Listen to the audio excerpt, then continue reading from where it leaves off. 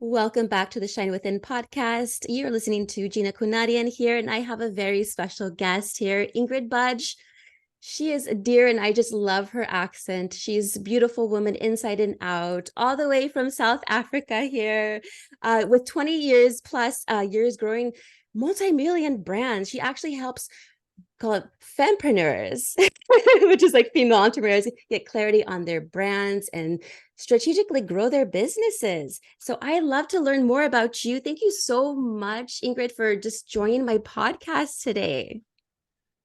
Thanks, Gina. I'm so delighted to be chatting to you today. I've been looking forward to this. I know we're going to have a great discussion because you are such an inspirational fempreneur. You're right, that's female entrepreneurs. And my brand is all about inspiring females to grow their businesses. And I so believe that when we support one another, we inspire others to also want to grow businesses. So anything that I can share to help you do that and help the listeners do that, I'm totally here for you. Well, thank you so much. Yes, I was just with my children before this podcast, and I have 3 kids, right? And here I am, busy mom, waking up in the morning, cooking for the husband and making breakfast for all the kids, which, by the way, they all have different preferences in food. One wanted just a sausage sandwich, one wanted grits with eggs, scrambled eggs, one wants tortilla, scrambled eggs with sausage, and then some hash browns. And so I'm like a very busy mother, but yet I still have my business. How would you describe someone like me? Like, how would you help a woman like me who is a busy mom grow their business while handling their kids at home?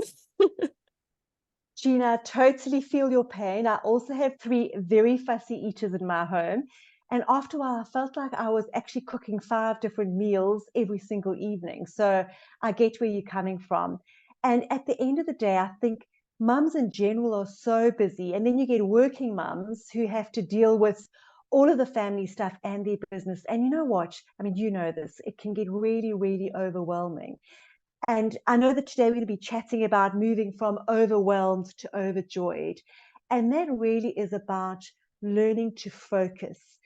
I think that as entrepreneurs, a lot of us started off with a dream of wanting to have our own businesses, of wanting to give back or fulfilling a purpose, which is so, so awesome. Because I think that when you have that burning desire in your heart, you need to actually make it happen. But I think that we come out of those starting blocks with so much energy and so much enthusiasm. And you know how it goes. There comes a time eventually where suddenly you feel totally overwhelmed. And I think that's true for every single person that's been in business. And whether you've been in business for a year or 20 years, those times of overwhelm definitely come. It certainly came for me. So I started my core business, which is called Metamorphosis, over 20 years ago. And the first 4 years were really, really hard work. And eventually I was just absolutely, totally overwhelmed. And I think that as entrepreneurs, when we don't have guidance, we are trying all sorts of different things to try and grow our businesses. And there are so many options out there. You tend to kind of look around at what other people are doing and go, well, maybe I should try that, or maybe I should try this. And then there are a lot of other distractions and kind of shiny new objects. You know, Instagram goes from launching posts to IGTV to reels to stories, and so it goes on. And every platform is constantly throwing new ideas at you. So after a while, there's that whole feeling of, well, where do I turn to? And when that overwhelm sets in, that's kind of when the joy goes out the window. I always say to ladies that that overwhelm will come and you need to be able to kind of hit the pause button and just check yourself and then decide where to from here. And what I certainly learned along the way, Gina, and you might have experienced this yourself, is that there comes a time when you are so overwhelmed and this just doesn't seem worth it anymore. You know, I was very blessed in growing my business initially, and it honestly took off better than I could ever have expected. But even when the money was coming in and I was like, oh my gosh, I'm so blessed, I'm so humbled, there came a time where I thought, I don't care how much money I make in this business, I've had enough. my life is not worth this. I can't do this anymore. I was kind of waking up in the middle of the night. I had chest pains. It was just such a bad spot to be. And I think that everyone goes through that. I remember that I used to come home, and at my front door, I had sort of two big, it was like shrubs, like big trees in pots next to my front door. I used to call them my trouble trees. And I used to go, I need to leave my troubles and my challenges and my work issues at the door, because I can't walk inside there and be a mum and a wife and deal with my family when I'm carrying all that baggage. So I used to kind of mentally dump my troubles on my trouble trees. Needless to say, they actually died. So clearly there were a lot of those troubles. But once I learned to actually focus and not be looking at all sorts of ways to grow my business, that's actually when things became so much clearer for me. And at the heart of that is strategy. So, as you were saying, I'm a business growth strategist, and I'm all about strategy, because I've learned that when you have a strategy, then the overwhelm goes out the door, because strategy teaches you to focus, and to focus on the right things at the right time and in the right order. You also then focus on the things that really move the needle in your business. What I often find with my clients at Working Women's World is that they're trying lots of different things, and actually you diluting your efforts and your energy, and by doing lots of little things you don't really move the needle very far forward, because all that effort's diluted. But when you focus on fewer big things, that's when you see business growth really starting to happen. So even with coaches and consultants, so often they might have, let's say, a signature program or a signature course, group coaching program, whatever it might be. They put that out there, and then go, gosh, I'm not making enough money from that. So maybe I should start doing one-on-ones. Maybe I should start doing some short courses as well. Maybe I should have like a high ticket membership. And suddenly they're doing too many things rather than focusing on just one. So yes, my favorite word is focus. I have a signature program called the Focus for Growth Formula, because I learned in my business that, as I said, focusing on the right things and having a strategy to grow is what gets you to that 7-figure business. And so that's what I teach in that particular Focus for Growth formula. Wow, you're such a blessing then. I I wish I knew you before, because I always got stuck. I remember me just kind of being pulled in all directions. I'm a massage therapist. I'm a stay-at-home mom as well. And then I was in a network marketing. And I felt like I was being pulled in these different directions because I was working at the Four Seasons, and I was then thinking, well, should I just have my own massage business? Should I just go to the clients' homes or have them come to my house? But I'm like, oh, okay, that wouldn't work if they came to my house. I have the children here. And then the network marketing, I'm like, well, it's all health products. I can be doing that. But then I'm like, no, I'm missing something. I'm missing something. And I think that what you do is beautiful, because we get trapped, we get stuck, and we don't have anybody to guide us where we need to go. And I want to talk a little bit about your butterfly effect in business. I love it because, I have this little cartoon meme. It's really cute. And it says, you have a butterfly and then you have a caterpillar. And then the caterpillar talks to the butterflies. Oh, well, you've changed. He's all, well, aren't we supposed to? you know, I love that. I don't know if you've seen it, but it's so cute. But can you just talk a little bit about your butterfly effect in business? Sure, Gina. You know what, as you quoted that, saying, I have seen that, there are so many beautiful butterfly quotes. And in fact, one of the quotes that I often hang on to, it's not linked to my butterfly effect, but it's so linked to entrepreneurship, is a quote. And unfortunately, I don't know who initially said it, so author unknown, but it says, if you're not afraid of what life brings, then endings are beginnings of beautiful things. And I quote that so often because for a lot of people who start their entrepreneurial journey, often it's because they've lost their jobs. And, that ending is traumatic for a lot of people.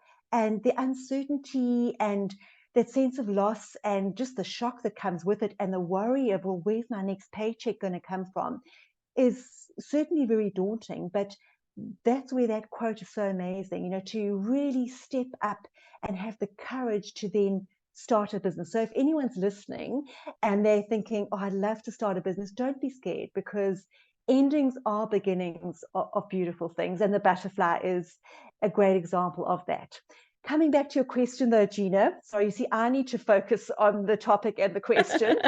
Better practice what I preach.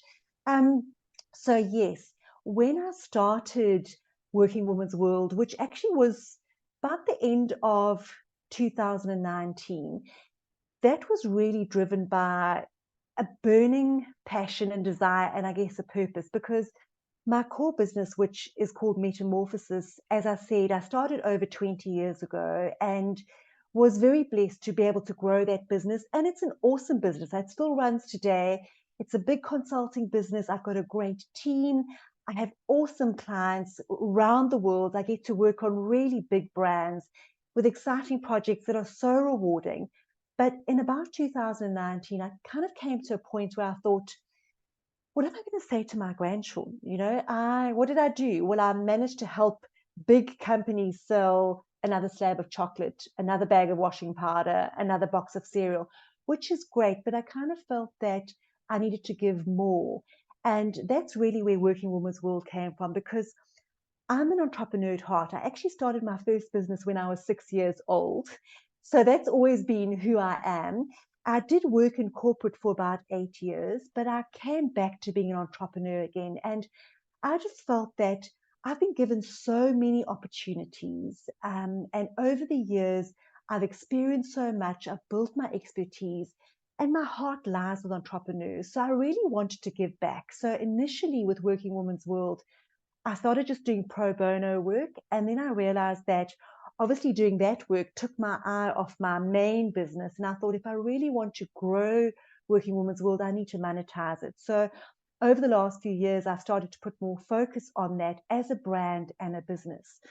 But I think for me, Working Women's World is what gets me out of bed in the mornings, because it is where my heart lies. It is my passion. And as you know, my purpose with Working Women's World is what I call the butterfly effect in business. And that's really centered around my philosophy that women inspire other women in this life and in business. And so, I always talk about wanting to help women succeed in business. And it's not just about helping them to grow a business. I really, really want you as an entrepreneur and anyone else listening to succeed, because I so believe that your success touches lives. In fact, every day, without you even knowing it, you inspire so many people. Gina, I know you do, because your story is just phenomenal and you touch so many lives. But it's true for everyone. Even if you don't have a deeply moving story, the fact that you get up, you show up, and you keep going every day, there are people out there that are watching you, that are inspired by you. And so I really believe that if we as entrepreneurs can inspire others, there'll be women out there that will look at you and go, wow, if she can do it, maybe I can too. And you'll inspire them to want to start their own business. So I kind of see it as this whole ripple effect of inspiring female entrepreneurs that help other women to become financially independent. And at the heart of that lies my whole fight against gender-based violence.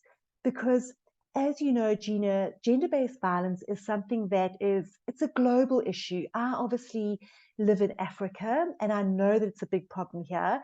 And I mean, there's a woman raped apparently every 25 seconds in the country that I live in, which is horrific when you think of it. And so you understand my passion and desire to fight that. And I've sadly also been a victim of sexual abuse, and I've been attacked 3 times in my life. I've been fortunate enough to be able to go to therapy and to be able to deal with it. And I know that there will be listeners here that have experienced similar things, because very sadly, there's so much of it around.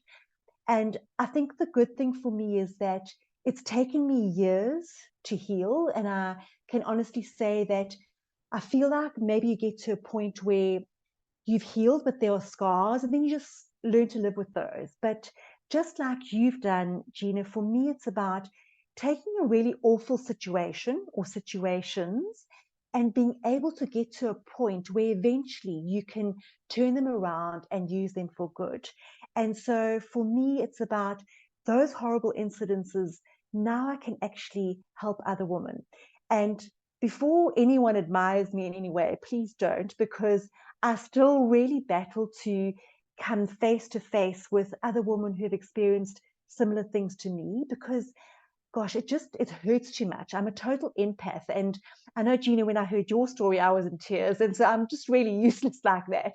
But I realized that what do I have? I do have great expertise. I've had great experiences. This is my talent. Being an entrepreneur and helping other entrepreneurs is really my God-given talent and what I can use in the situation. So that's what I do. There are people that are much better than I am that actually kind of get involved in counseling and all of that. And I'm honest enough to say I can't go there, but this is what I can do. So as I was saying, for me, being able to help other people, females particularly, grow their businesses and inspire others, I absolutely believe that other women out there who are in horrible situations that they can't get out of will hopefully get that financial freedom to make choices to get themselves out of those situations. So ultimately, that's what my butterfly effect in business is about. And my whole approach to helping women deal with or get out of those gender-based violence situations. So that's what gets me out of bed every morning. I still love what I do at Metamorphosis. And as I say, so privileged to work on great brands. But when I'm able to help a female entrepreneur grow her business, it's such a big win for me, because I feel like I'm just a small part of helping change lives of people that I probably don't even know. So yes, it's just a privilege to be able to do that. And it really makes my heart beat.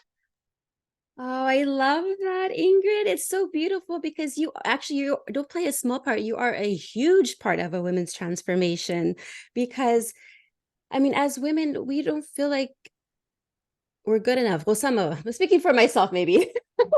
Like I never felt like I was good enough. I was a college dropout because I was partying and drinking and just ruining my life. But as I got sober and started realizing my worth and got my dignity back and knowing that, hey, I'm a loving soul and I have a gift to give to the world as well. Even though it took me a while to figure that out, and that's where you come in. That's why I say I wish I would have known you a long time ago. And but without me even having a college degree, I was able to transform my life and completely change and help other women, like you said, help other women find out who they are and know that they are worth it as well and they can do it too. And I'm noticing a lot more females are saying goodbye to the corporate America world or the corporate world and trying to figure out what their passions are, what they love to do, so that way they can make a business out of it and then help others, just like what you're doing. And I think that's such a beautiful thing. So I appreciate you. Thank you. Oh, thanks, Gina. And you know what? I think that whole feeling of doubting oneself and feeling like, well, I don't have a college degree or I don't have an MBA is what we all experience. And it's that imposter syndrome that everyone speaks about. We always, and I think women are worse than men. We tend to doubt ourselves when actually you don't need the college degree or anything like that. You just need to be you and show up. And in fact, Gina, this is new, but I'm actually busy writing a book at the moment exactly about that, because I so believe that all women have a special gift and have so much to give. And whether you've worked in corporate, whether you've been in senior management, it doesn't actually matter. It's about really finding out what you want to do with your life. And I think you're so right. There are so many women leaving the corporate world because I think for a lot of women, especially when you have a family, it's so hard to juggle a family and a corporate career. And I'm not saying it can't be done, and I hugely admire those that can do it. But for a lot of women, what is awesome is that these days we have those choices. And like you said, you don't need to have the degree or whatever. You can get in there and do it. And you know what I love is that, especially in this digital world, the online world, there are so many people that will help you along the way. You know, I'm one of them, you're one of them, Gina. There's so many women that we know that do the same. That whole woman supporting women in business movement is just amazing. It's so great to be a part of that. And so even if you're starting out your business and you don't have money to spend on doing some kind of course or diploma, whatever it is, there's enough free information out there and enough people that will help you grow that business, which is just, it's awesome to be a part of that. And it's so wonderful to listen to success stories of how women have succeeded against hugely challenging circumstances. It so can be done. Yes, it can be done. And I forgot to say, well, thank you for sharing your story too. It's very sad that I didn't realize every 25 seconds there is a rape over there. That breaks my heart. And that's why I appreciate what you do, is helping and empowering these women to leave those types of circumstances or in those environments, so that way they can just change and, like your business, turn into a nice butterfly from a caterpillar. Now, I want to talk a little bit about overwhelmed to overjoyed. And I know, like we were talking about this earlier, that often women who are starting a business kind of like want to just give up right away because we feel like we're being pulled too many directions, or if we're learning so many different things that we just want to not try anything at all and just like forget it. It's way too much work. What would you tell to a female entrepreneur who is struggling with being overwhelmed constantly? Like, what are some tips or advice you can give them? Gina, for me, there are three main things. The first one is to look at your business and ensure that you have the key business building blocks in place. And that's really about forming a firm foundation for growth. What I so often find is that people will jump into business and go, so I've got my brand name, got my logo, built my website, and now I'm ready to go. And those are not building blocks for a business at all. So there are key things like understanding your niche and really understanding your target market's needs and desires, and putting together an offering that really meets those needs in a very relevant way. It's also about building a brand so that you get your messaging right, so that you attract the right clients. And there are various others as well. But once you've got that firm foundation in place, now you're ready to look at growing. It's a bit like saying you can't extend or do renovations to your home if you don't have a good foundation. It's the same thing in business.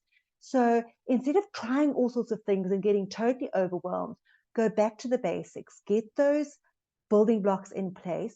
Then, secondly, look at a strategy. As I said, a strategy teaches you to focus on fewer things that will move the needle. So, in other words, you end up working less, but you actually grow more because you're focusing on the right things.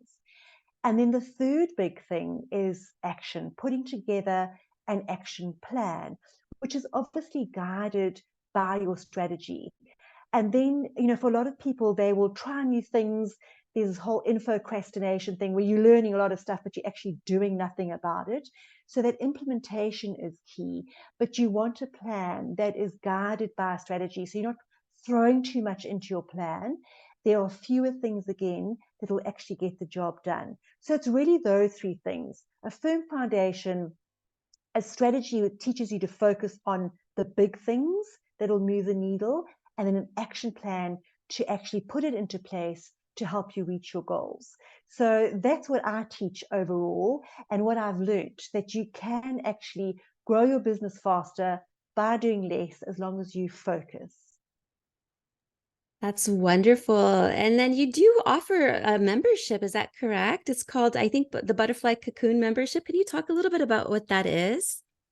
Sure, thanks, Gina. And I'd love to invite any of the listeners here to come and join our Butterfly Cocoon. My Butterfly Cocoon is a monthly membership, And it is obviously for female entrepreneurs who are in business. Really, what it involves is weekly business advice that I share with the ladies in the membership, as well as a monthly masterclass where we will teach all of those principles that I just discussed now. On top of that, we often have guest experts come in as a bonus to come and share their expertise. And then there's obviously all the other ladies in the community that support one another, that answer questions, that help you grow, that are there for you. So it's a low ticket membership because, again, what I have found is with high ticket memberships, often you can get totally overwhelmed. There's just, yes, you pay more, but there's just so much, and you've got to focus on all the stuff being thrown at you and running your business. Where this is much more of a low ticket membership with, as I said, just weekly bite-sized pieces of learning that you can action and implement every week to slowly grow your business. And we do that together. So if anyone is interested in joining us, all you need to do is go to www.world.biz. So that's obviously Working Women's World. So www.world.biz, and that will click you right through to all the information that you might need. Beautiful. I may have to check that out for myself because I'm always looking to grow and just to be a better female entrepreneur. And what I'm always finding trouble is finding the right clients where we actually have perfect synergy together. I'm doing podcasts and I am doing reels. I mean, I have clients, don't get me wrong, but I'm just saying for someone who, when I started off, it was very challenging. What would you say to the old Gina? What is the best strategy to find clients? Gina, I think what you're doing and what I see you doing is a great strategy, because what I definitely see you doing is starting to focus on this particular area where you are at now. Because as you said, you're so multi-talented. There's so much that you can offer, but you've honed it down into this one particular area. And I think that for you going forward, the main thing, if you want to attract the right clients or clients that you resonate with, it's learning to use their words and their language in all your messaging. Because what you want to do is you want people to hear your messaging and go, oh, Gina totally gets it. She gets me. She understands me. She's the person that I want to be working with. And so if you can articulate your ideal client's problems in a way that resonates, that's when you attract them. Because at the end of the day, there are lots of people out there offering all sorts of advice, but you sometimes just, as you say, click with that person and you resonate with them. So it is all about the messaging and the language that you use. And then secondly, your offer or your solution, packaging it in such a way that people go, that's it, that's exactly what I'm actually looking for. To give you a silly example, it's not so silly because you've had children as well, but if you ever had a baby who wouldn't sleep, I mean, as a mum, that's so, so difficult. There are lots of people out there that help with sleep therapy and all the rest. And there are different ways of doing it. And for some people, there's that whole approach of leaving the baby to cry and then just leave them to cry a little bit longer and so on and so on. So that's one approach. And then other people go, no, no, no, you don't leave your baby to cry. Those are totally different messages for the same benefit at the end of the day. There will be some people that will definitely go for the one option, whereas others will go, oh no, she gets me. I cannot stand to hear my baby cry. So that's the solution that I'm looking for. And that's really what it's about. When you're clear on what you're offering and you know which target market will be looking for that, that's when you attract those right people. So it is about getting very specific and focused. Often people are scared to do that. We talk about niching and people think niching is negative. Like, oh my gosh, if I niche down, am I going to cut out half my potential clients? No, you actually don't, because you attract all of your potential clients. And I think that's one of the biggest errors that I see is with people offering too many things and then they're not known for something in particular. So Gina, you're definitely on the right road because I can see you getting more and more focused. So keep it up. Oh, thank you. And that's so nice to hear from you. coming from you because you're the expert. And because I was like, you know what? This is challenging at first, but then as I'm learning, and like you said, you really had to like niche down. That was like my first step. I really had to figure out because, there's so many like life coaches out there. But what is a life coach? So it could be like someone who is maybe focusing on like grief, or someone who is focusing on gut issues, someone who is focusing, this is all part of life. Everything is part of life. And so that's where I had a difficulty in, but then I figured out what my niche it down. I'm not just a life coach. I am a alcohol-free sobriety coach for women. And that's how niche I got. And that's awesome, Gina, because it might sound it's very niche, but I honestly believe there's a huge pool out there full of your target market, because we live in an environment that is so hugely stressful. And people deal with their stress in different ways. And alcohol is definitely one. I mean, you know more about this than I know about it, but I just thinking now from the people that I know that do battle with alcohol dependency, a lot of that's triggered by stress. I know that yours might have been triggered by other situations, but the point is for people out there who feel like they have some kind of dependency on alcohol, no matter what the cause, you have the solution to help them deal with that. And that's what's so awesome. And actually, Gina, you could, of course, be talking about any kind of dependency or addiction, because your solution, I'm assuming, would probably work for, any kind of dependency. But focusing on alcohol, I think is awesome because you've walked that walk. And so anyone hearing your message will go, oh my word, I know that alcohol is my problem. Gina clearly has been there. She will totally understand me. She's not going to judge me. She's going to know what I'm going through. And she's got to the other end of it. And she has a solution. She's the person I'm going to talk to. Whereas, as you say, another life coach that might be talking about dealing with dependency or addiction is quite broad. So, those people specifically battling with alcohol, it's probably a little bit too broad. They're like, well, does this person really understand what I'm dealing with? Whereas for you, Gina, it's like, I'm going for Gina. She totally gets it. And so, as I said, you've done that so well.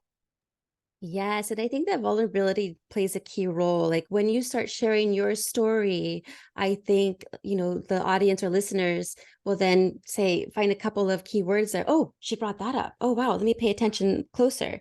And as you're maybe doing your reels and you want to bring up a couple of like key topics about what you've experienced in your life, and they're like, oh, I understand, and then it draws your potential clients in that way, I feel. Wouldn't you agree? Totally, Gina. I think it's so important to be real, because when you're real, you're approachable, So I know so often we talk about authenticity, and that's become a bit of a buzzword. I like how you say real, because real makes you a real person. Because so often, even in my coaching business, yes, I have grown a seven-figure business, and it's been hard, and I'm being real about that. And there have been some key challenges, and I don't know everything.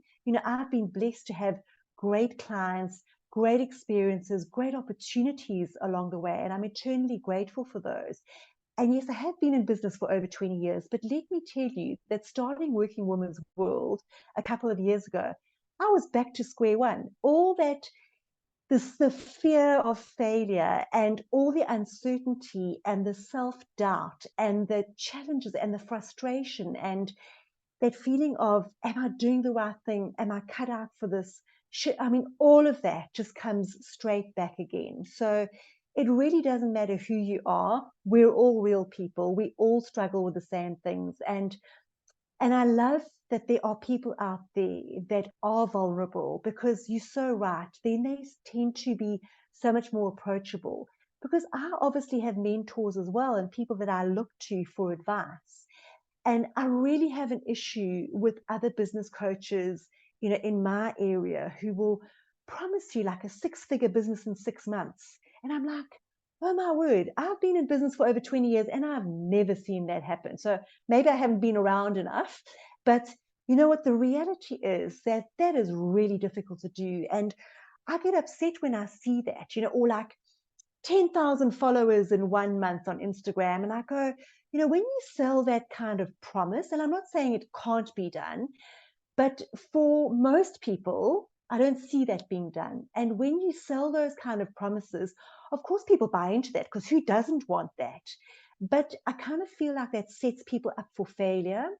And when people don't hit the 10,000 followers in 1 month or the six-figure business in 6 months, the issue is that they then doubt themselves and they become more discouraged. They're like, well, maybe I'm not cut out for business because this is what was promised. I followed all the steps, but I didn't quite make it.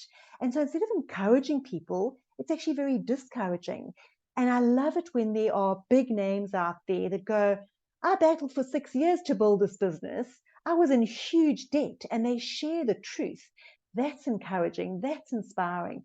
Those are the people that I love to work with. And I trust that I will always be real, share my real story, and be honest about the fact that it is not easy, but it can be done.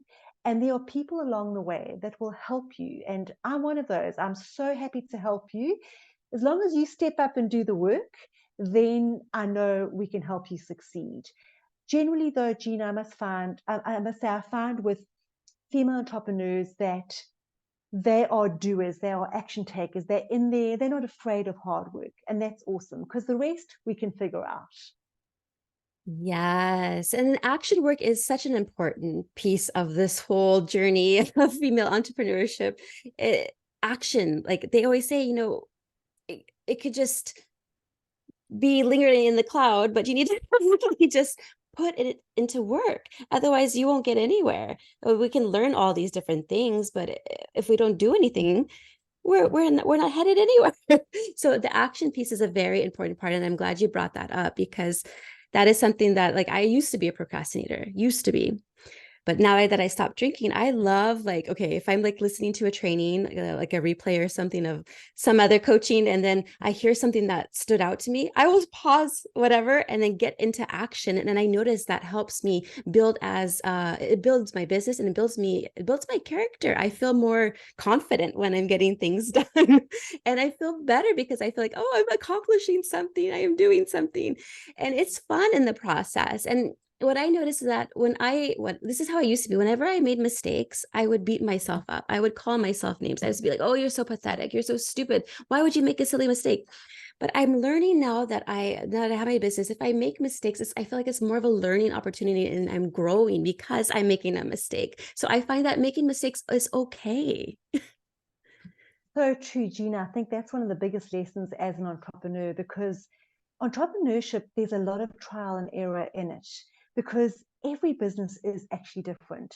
Sure, we can follow key steps to help us, and that's certainly what I try and do. But as you were saying, you've got to take that action, and sometimes it's not the right action.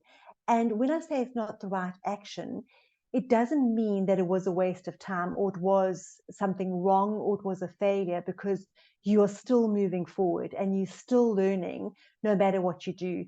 I've built 7 businesses over my time. I can assure you, only one of them was a 7-figure business. I mean, the rest of them, some were okay, some were dismal failures. But when I say failures, gosh, I learned so much. And the fact that I am now able to share those experiences, share the mistakes and the learnings along the way is why I'm able to have a business like Working Women's World. So now I'm so grateful for all the mistakes I made and for those so-called failures, because they're the best things that I have to offer, when I help other female entrepreneurs as well. So that is the exciting thing. I think that we probably have been taught, right and wrong and success and failure, but actually that's not the truth at the end of the day. And I'm also big on redefining success, never mind failure, because there's that whole stereotypical success. I even hate saying I built a 7-figure business, because so what? In fact, when I look at the nature of my business, it's not that hard to build a 7-figure business, because a lot of the work that I do is market research, which is expensive. So it's easy to get that turnover. And it actually means nothing. I think that when you redefine success in terms of what you want success to be, That's what's important. It doesn't matter kind of what your revenue looks like. It's what are your goals? What do you want from your business? Because that's when you feel fulfilled. So I always go, I'd rather be fulfilled than be successful, because you can be successful and you can hate what you do. And like I said, especially when you're overwhelmed, you can go, I don't care how much money I make. I'm out of here. I can't do this anymore. There's more to life than this. I'm not cut out for this. I'm hating every minute. And then it's clear that those definitions of success actually mean nothing. And I think that's also why you always have to have a purpose, because that's where you feel fulfilled, because you know that apart from running a profitable business, you're actually making a difference. And that gives people meaning in life. And I think that's a really key part of success. Yes. And I mean, I would go to you for business strategy because you said you had your first business when you were 6 years old. Talk about experience, right? That's incredible. That is absolutely amazing. Now, I do have this question. Okay, so like right now, I'm getting busier and busier. And I'm like, well, when is the time that I need help? Like, when does somebody know that, hey, I need to hire somebody else to help me out? And who should we hire? Gina, you know what? I'm so glad you brought that up, because as entrepreneurs, we tend to do it all. We wear so many hats. And because we're so conscious of what's coming in and the costs in the business, you kind of keep doing it all yourself for as long as you possibly can. And the honest truth is, until you actually look at taking on that next team member, you will battle to grow. I know that's a harsh statement, but I've seen it over and over again. It's been true in my life as well, that you can grow up to a point, and as soon as you bring one or two or however many people in, that's when you start to grow in big leaps and bounds. So, for everyone listening, no matter where you are at in your business, whether you have just started out, whether you've been in business a year or two, and you're really feeling the pressure of doing everything yourself, or even if you've already got a team of a few members, you always need to be looking at, who is my next hire going to be? How much is that going to cost? And already start planning for that. So, yes, you might not be ready right now to take on that new person, but if you don't start planning right now, it's not just going to happen. And it really is as simple as saying, what are the tasks that I'm doing at the moment that are not adding enough value? Where could I better use my time in my business? And who could come and do it at a cheaper price? I often get my clients to work out what they cost their business every hour, because when you look at your total turnover for the year and you divide it by the number of hours or working hours in the year, you can come up with a figure, and that's really what your hourly rate is worth. If someone can do a particular job at a cheaper price than that, that immediately tells you you're costing your business money. You're not saving your business money, but not taking on that person. So that's always a very, excuse the pun, sobering thought when you actually work out what each hour is worth. And so I'd really encourage everyone to do that. Work out what an hour costs your business. And if someone can do it cheaper, start to plan to bring that someone in. And you know what, Gina, I always say to my clients, look at students, look at a half day option, look at someone who comes in 3 days for half a day. You don't have to immediately jump in there and employ someone full time, because yes, that's a difficult leap to take, but there are so many other options. Definitely start considering it now. Yes, thank you for sharing that. Yes, because I was like, oh, when do I know when I need to hire somebody? But you have an Instagram page for Working Women's World, and I love it because you bring on these wonderful female entrepreneurs, and they share their stories and they just share about themselves. Is your Instagram at Working Women's World? Did I say that correctly? 100%. So it's at Working Women's World with an A, Woman's World. Okay. Exactly like that. I know it's a long one. But yes, Gina, I love sharing stories from other female entrepreneurs, because it's all about inspiring each other. So if anyone wants to reach out to me, anyone wants to share their story, please DM me on my Instagram. I'd love to chat, because at the end of the day, no matter how small or big your business is, you do inspire others. So you are making a difference. I'd love to help you share your story and your business. So by all means, reach out to me. Wonderful. And don't you feel like, women nowadays are not competing anymore, but we're actually coming together? Isn't it such a beautiful thing? It is awesome, Gina, because I think it's that whole attitude of abundance. There's more than enough work out there for everyone. So even Yes. if someone is in your same field, it doesn't matter. I think we need to support one another and help each other. So yes, I think most people have moved towards that collaboration more than competition. And it's a lovely space to be. Definitely.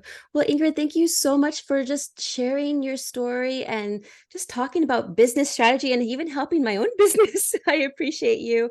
Is there anything else you'd like to share to the audience?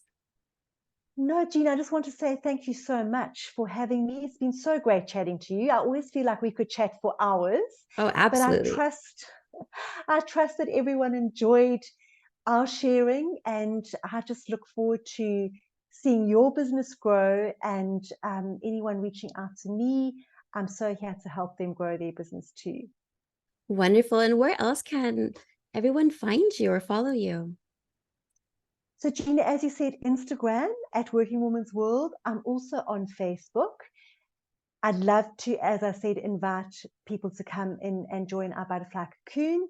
Those are the main places you can find me. I am looking at launching a podcast. So, Gina, you will definitely be on my list to come and be a Yay. guest expert. So Yay. we can Yay. chat a whole lot more. So yes, but that would probably be the best place. Wonderful. Well, thank you so much, Ingrid. Thanks, Appreciate you. Gina. Thanks everyone for listening. Take care.